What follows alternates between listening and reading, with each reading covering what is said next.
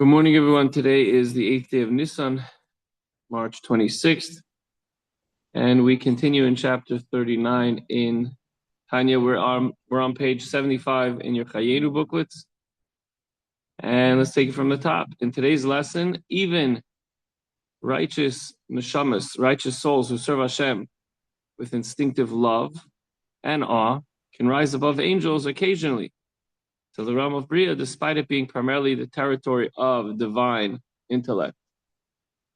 Because of man's free choice and the advantage of a divine service resulting from such triumph. Are we going to always reach such levels? Maybe not, but we could, and we should strive to do so. I know dafke neshamis mamish. So yesterday we were talking about how the tzaddikim, the righteous, could reach that higher level. So now let's see how the ordinary can as well. This statement that the abode of tzaddikim who serve Hashem with intellectual love and fear, and not the natural love and fear, an intellectual love and fear that you have to work on, is in the world of Bria, applies only to those souls which are actually on the level of neshama. The level of neshama being that of intellect. As the pasuk says, the neshama which I gave them, which give them discernment. Sorry. Which presents a superior intellectual perception of Hashem. We have the ability to be thoughtful and intellectual, so we have a superiority over others that can't. But the tzaddikim, or on the level of ruach, and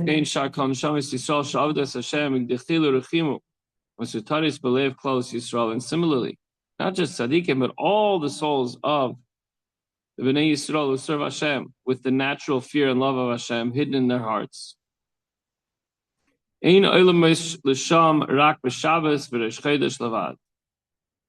able to ascend there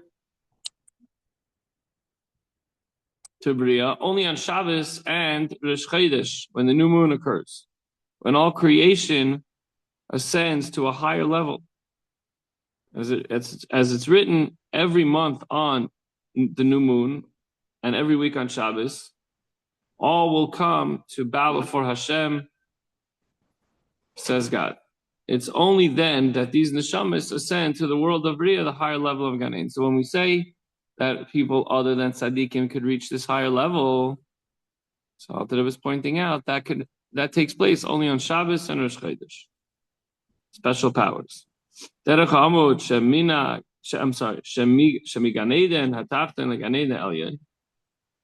we reach these higher levels? By means of the pillar that extends from the lower Gan Eden to the higher Gan Eden, meaning the world of Bria, which is called the higher Gan Eden.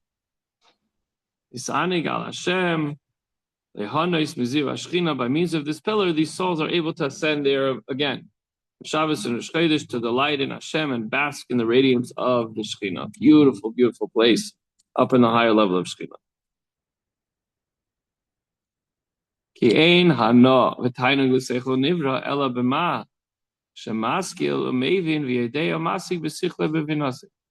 What's the highest level of pleasure? Is experience a taste, like we always go back to the ice cream. Maybe it's chocolate for you. I don't know. You eat something, delicious, and then it goes away. Or a smell, also, it's momentary. Even a sound, also something that you see. Watch a movie, watch something pleasurable. But when you understand something and it becomes a part of you, and you got to that level of understanding it on your own, and you think about it, let's say you're learning something that's difficult, right? Shtikal Gemara, a certain sugya, whatever it might be, and you come to that understanding, and it really becomes a part of you, there's no greater pleasure. Right, Yuda?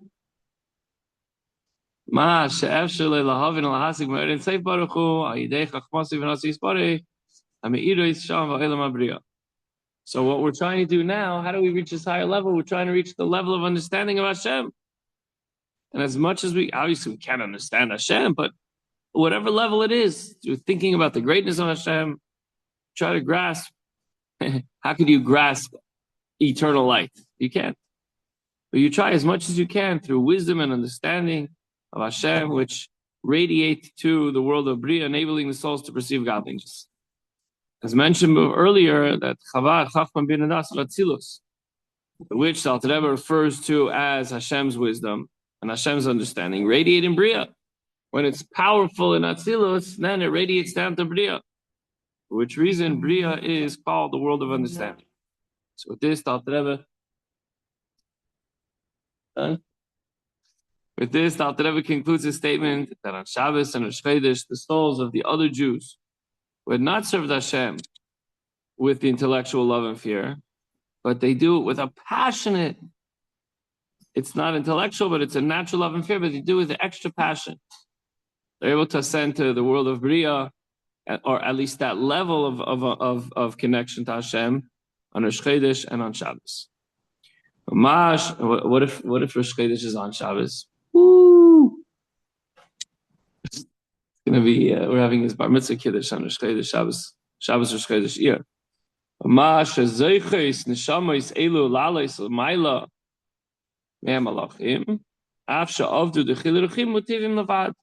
So these souls who serve Hashem with the natural love and fear and are privileged to rise occasionally to Bria, higher than the angels, whose abode is in Yitzira, even higher than Bria, as mentioned above, never rising to Bria, although they too, like the angels, serve Hashem only with natural love and fear. So why then is their service of Hashem considered superior to that of angels? Why? Through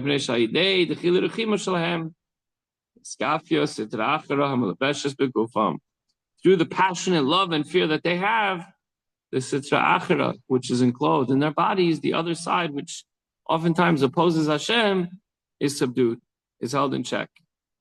Whether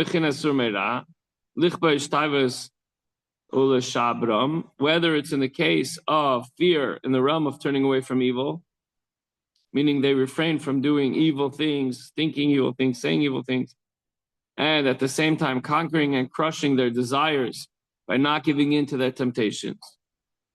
Or maybe it's in the realm of doing good. Subduing the Sitra Achara, when it comes to doing good, you're able to accomplish and not letting anything stop you. Actively pursuing the observance of mitzvahs out of love, despite the contrary desire of the animal soul, which is rooted in the Sitra.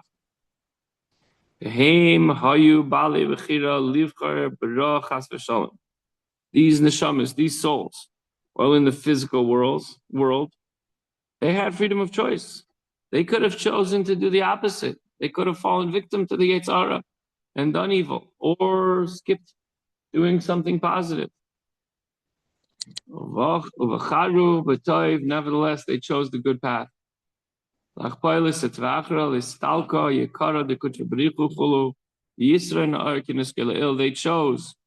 to subdue the Yetzer Hara, the Sitra Achara, so that God's glory could be elevated in all the worlds, with an elevation similar to the superiority of light emerging from the darkness over ordinary light, as mentioned above. By dispelling the darkness of the Sitra Achara, these neshamas added to the light of the holiness. So imagine this Ohr Ein Sof, the eternal light, but they add more light. Amazing. Okay, there's a lot more here, but we're going to skip two of them. We're going to continue in the Hebrew.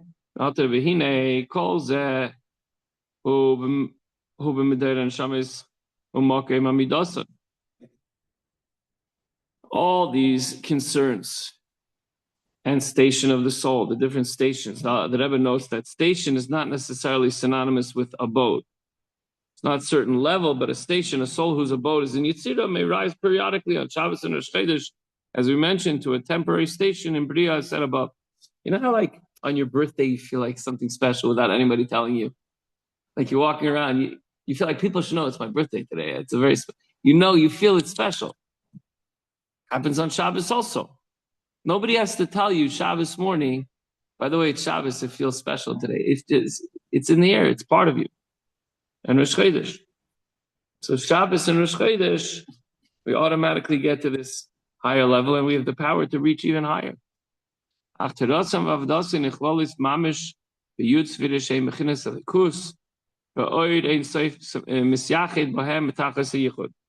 we're trying to say is like this, that you have the power, because it's Shabbos and Rosh Chodesh, just put in the effort, put in the extra effort, and now you add a light to the light. You add a little energy, a little positive holiness to not just to the world around you, but even above in the higher worlds. So their Torah and divine service are actually absorbed in the 10 spheres.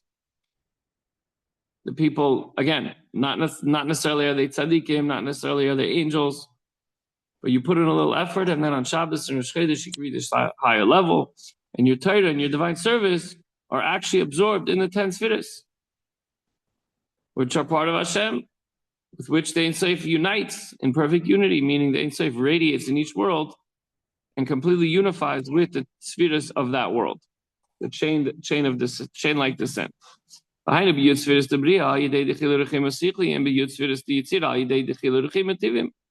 Meaning this, specifically, this means that once Torah and Avodah, divine service, ascends to the 10 spheres of Bria, when generated by an intellectual love and fear to the 10 spheres of Yitzira, even when they're promoted by the natural love and fear and not intellectual love and fear. Again, which is a lower level, but still you get the benefit of a Teicham.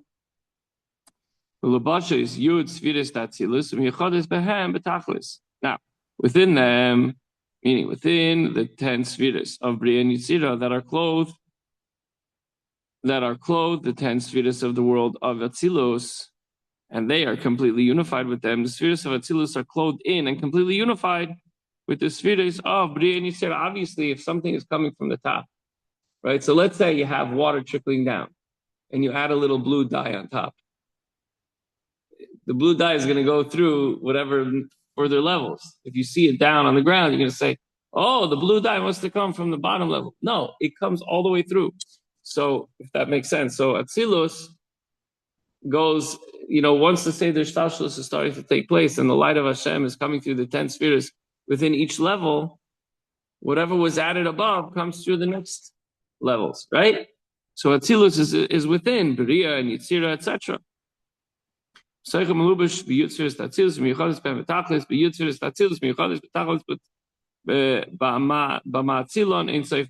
the 10 spheres of Atzilus are in turn perfectly united with. So whatever started in Atzilus originated in the eternal light of Hashem in Atzilus, in the essence of Hashem, in the Ein Sof.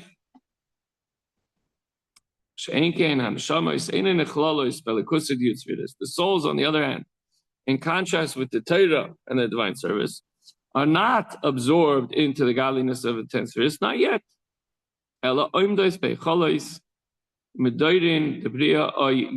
Instead, they stand in the chambers, in the abodes, so to speak, of Bria and Yitzira.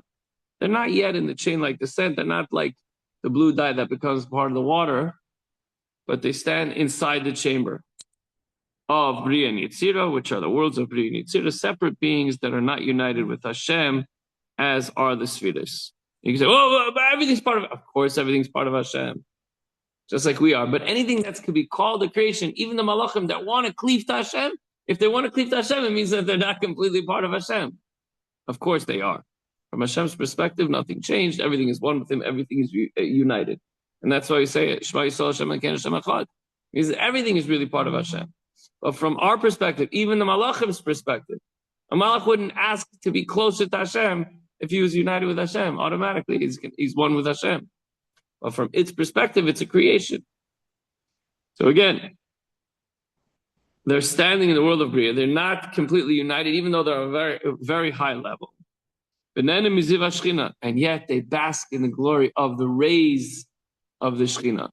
Like standing outside on a nice sunny day, like, it's so beautiful. Like they have a good spot, they're like on the beach up there. Whatever, right? This is the eternal light of Hashem, the blessed light, as it's unified in the 10 spheres of Bria and Yitzira.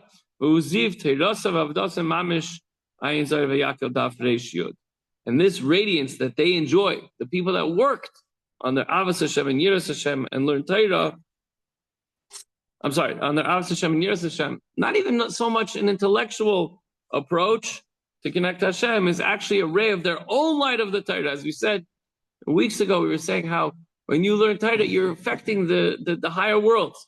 So now you're getting the benefit When you get to bask in the ray, it's the light of the own Torah and Avodah that you did in this world. Why? Because you're getting the benefit of the mitzvah that you did. The reward of the mitzvah is the mitzvah itself. A ray issuing from the mitzvah, whether it's learning Torah or doing mitzvahs, the ray issuing forth from this that you performed and that have become united with Ein Sof now shines forth upon the tzaddikim and Gan Eden, and at times, the souls that work very, very hard, including especially on the days of Shabbos and Rosh Chodesh. So the takeaway is we have an advantage and superiority over the angels. The angel has a natural connection to the Ein Sof, to the eternal light. But we chose to make that connection and strengthen that connection. We can and we will soar higher than an angel. Not looking to, I got you, I'm higher than an angel. But it's just that I was pointing out.